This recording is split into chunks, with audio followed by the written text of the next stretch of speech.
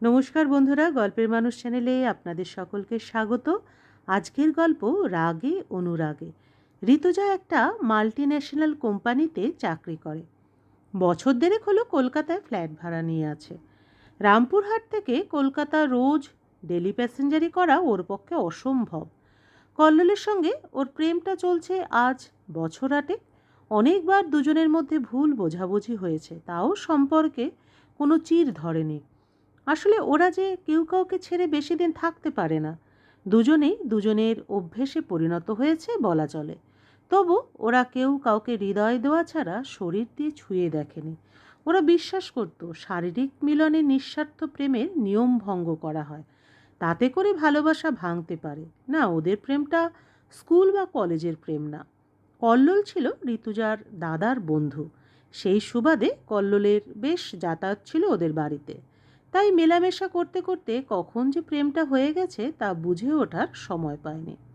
ঋতুজা চাকরিটা পাওয়ার পর থেকে ওদের ফোনে এবং মনে যোগাযোগ থাকলেও চাক্ষুষ সাক্ষাৎ প্রায়ই হয় না। এমনিতে যদিও ঋতুজা অনেকবার কল্লোলকে ওর ফ্ল্যাটে ঘুরে আসতে বলেছে, কিন্তু কল্লোল যায়নি। কল্লোল বলে, রোজই তো কথা হচ্ছে, তাছাড়া তুমি ফিরলে দেখা তো আমাদের হয়। ঋতুজা অভিমান নিয়ে বলেছে, একবার এলে কি হবে, মহাভারত অশুদ্ধ হয়ে যাবে। কল্লোল কথা দিয়েও যেতে পারেনি। এবার প্রায় মাস দুয়েক ঋতুজা বাড়ি ফেরেনি ইচ্ছে করে, যাতে কল্লোল তার সঙ্গে দেখা করতে আসে। ঋতুর জন্য তার বড্ড মন কেমন করছিল, তাই বাধ্য হয়ে কল্লোল ঋতুর সাথে আজ দেখা করতে এসেছে। ঋতু কল্লোলকে স্টেশনে আনতে গেছে। ট্রেন এসে থামলো। কল্লোলকে দূর থেকে চিনতে পেরে ঋতুজা তার দিকে এগিয়ে গিয়ে বলল, কখন বেরিয়েছিলে? কল্লোল বলল, সকালেই বেরিয়েছিলাম, আসার পথে একটা কাজ সারতে গিয়ে ট্রেন ধরতে গিয়ে একটু দেরি হয়ে গেল। ঋতু জিজ্ঞাসা করলো, বাড়িতে কি বলে এসেছো? কল্লোল উত্তর দিল, কাজ আছে বলে বেরোচ্ছি। ঋতু হাসি মুখে বলল, আজ কিন্তু যেতে দেবো না তোমাকে। কল্লোল বলল, তা আবার হয় নাকি? থাকবো কোথায়? ঋতু বলল, আমার ফ্ল্যাটে। কল্লোল বলে, আমরা কি আর ছোট বাচ্চা ছেলে মেয়ে নাকি যে একসাথে থাকবো? ঋতু বলে, অত টেনশনের কি আছে, এক না একদিন তো স্বামী স্ত্রী হয়েই যাব। কল্লোল বলল, সে যখন হব তখন হব। ঋতু জেদ ধরে বলে, আজ তোমাকে আমার ফ্ল্যাটে থাকতেই হবে। অগত্যা। কল্লোল বুঝলো যে উপায় নেই, বাড়িতে একটা মিথ্যে বলতেই হবে। ঋতু প্রস্তাব রাখলো, চলো পাশের একটা পার্ক আছে, ওখানে গিয়ে বসি। কতদিন জমিয়ে গল্প করা হয়নি। কল্লোলের সম্মতি থাকায় দুজনে মিলে নিরিবিলি জায়গা খুঁজে বসলো। সত্যি বলতে কি, দূর থেকে যতটা জায়গাটাকে নির্জন মনে হচ্ছিল, সেখানে বসে বুঝতে পারলো তাদের মতো আরও কত জোড়ায় জোড়ায় মিলে সেখানে গোপনে প্রেম জমিয়েছে। তবে শুধু যে গল্প করছে তাই নয়, কেউ কেউ আবার খুবই ঘনিষ্ঠভাবেও রয়েছে। বিগত 8 বছর ধরে ঋতু আর কল্লোল একে অপরকে ভালোবাসলেও তাদের এখনও পর্যন্ত ঠোঁটে ঠোঁট রাখার সাহস হয়নি। সেই জন্য তারা যেন একটু আনইজি ফিল করছিল। কল্লোল বলে, তোমাকে এখানেই আসতে হলো? ঋতু বলল, ওরা যা করছে করুক, তাতে আমাদের কি? আচ্ছা, আমার জন্য কিছু আনোনি? কল্লোল বলে, এনেছি, কিন্তু এখানে দেব না, আজ আছি যখন পরে দিয়ে দেব। ঋতু বলল, দেখি তোমার হাতটা। কল্লোল তার হাতটা বাড়িয়ে দেয়। ঋতু ওর হাতে একটা ব্রেসলেট পরিয়ে দিতে কল্লোল বলল, এটার আবার কি দরকার ছিল? ঋতু বলল, আছে আছে, অনেক দিন হলো কিনে রেখেছিলাম, তোমাকে দেবো দেবো করে আর দেওয়া হয়নি। পছন্দ হয়েছে তো? কল্লোল বলল, খুব সুন্দর হয়েছে, তুমি দিয়েছ আর আমার পছন্দ হবে না? দুজনে মন খুলে গল্প জুড়ে দিল। সন্ধ্যার ঠিক মুখে আকাশে তখন মেঘ জমেছে। কল্লোল বলল, এবার ওঠা যাক। দুজনে পার্ক থেকে বেরিয়ে বাইরে এলো। ঋতু একটা ফুচকার স্টল দেখতে পেয়ে বলল, চলো ফুচকা খাবো। কল্লোলের আবার ফুচকা জিনিসটা পছন্দের নয়, তবু ঋতু খাবে বলেছে বলে হ্যাঁ চলো। তবে আমি কিন্তু দুটো। ঋতু বলল, আমি 30। সোম দুটো ফুচকা খেয়ে ঋতুর দিকে হাঁ করে তাকিয়ে দেখছে। চোখ দিয়ে জল বেরিয়ে যাচ্ছে, গাল ফুলে যাচ্ছে। তাও 30টা তো 30টাই খেলো। শেষে তার অবস্থা পুরো কাহিল। রুমাল দিয়ে তার হাত মুখটা কল্লোলই মুছিয়ে দিল। ঋতু ফ্ল্যাটে ফেরার বাকি রাস্তাটা কল্লোলের কাঁধের ওপর ভর করে ফেরে। ফ্ল্যাটে ঢুকে কিছুক্ষণ টেবিল ফ্যানের নিচে বসতে ঋতুর অবস্থা স্বাভাবিক হয়। বাইরে বৃষ্টি নামার তোড়জোড় চলছে। ঋতু রান্নাঘরে জল ভরতে উঠলে কল্লোল বলল, তুমি শান্ত হয়ে বসো, আমায় বলো কিসে কিসে জল ভরতে হবে। ঋতু রাজি ছিল না, তবু কল্লোল কল খুলে বোতলে বালতিতে আর রান্নার জন্য আলাদা জায়গায় জল তুললো। ঋতু তাকে জিজ্ঞাসা করলো, ডিনারে কি খাবে? কল্লোল বলে, তুমি কি খাবে বলো? ঋতু বলল, বিরিয়ানি বানাবো বলে ফ্রিজে মাটন সেদ্ধ করে রেখেছে, তাহলে বিরিয়ানিই বানাই। কল্লোল বলে, তোমার তো বিরিয়ানি ভালো লাগে না। ঋতু বলে, তুমি তো ভালোবাসো, তাই বিরিয়ানিই করব।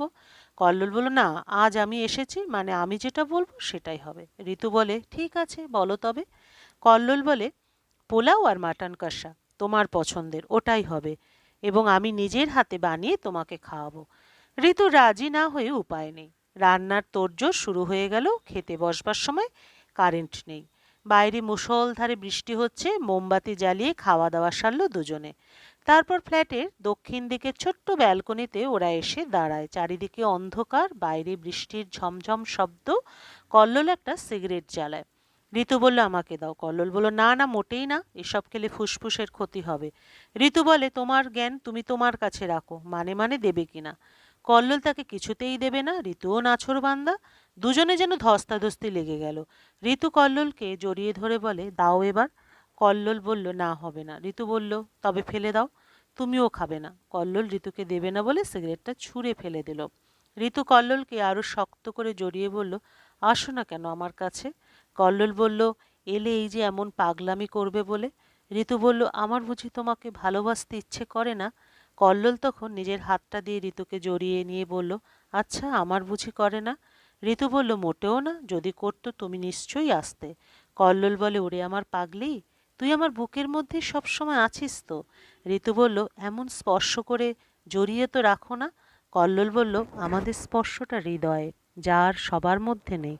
কল্লোলের বুকে মাথা রেখে ঋতু একটা মিষ্টি হাসি হাসে। কল্লোল বাইরে হাত বাড়িয়ে বৃষ্টির কয়েক ফোঁটা ঋতুর আদর মাখা মুখটায় ছিটিয়ে দেয়।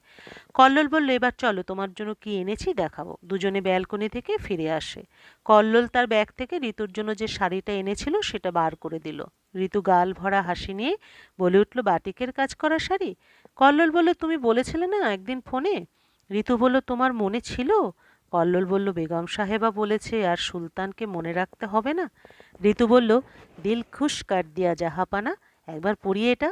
কল্লোল বলল, জো মর্জি আপকা। ঋতু শাড়িটা পরে এলো ভেতর থেকে। কল্লোল মোমের নিভু আলোতেই তার দিক থেকে চোখ সরাতে পারল না। রংটা দারুণ মানিয়েছে, বলল কল্লোল। ঋতু হেসে বলল, কার পছন্দ করা দেখতে হবে তো। হঠাৎ কারেন্টটা চলে আসে। ঋতু তখন শাড়িটা ছাড়তে শোবার ঘরে ঢুকলো। দরজা খোলা। কল্লোলের হঠাৎ ঋতুর খোলা পিঠে চোখ পড়ে যাওয়ায় লজ্জা পায়। ঋতুর অমন সৌন্দর্যটা সে আগে কখনো দেখেনি। সম্মোহিত হয়ে যাওয়ার অবস্থা। কল্লোল দৃষ্টি ফিরিয়ে নিল এই ভেবে যে উত্তেজনার বশে কখন ভুলটা হয়ে যায় সামলানো যে বড়ই কঠিন।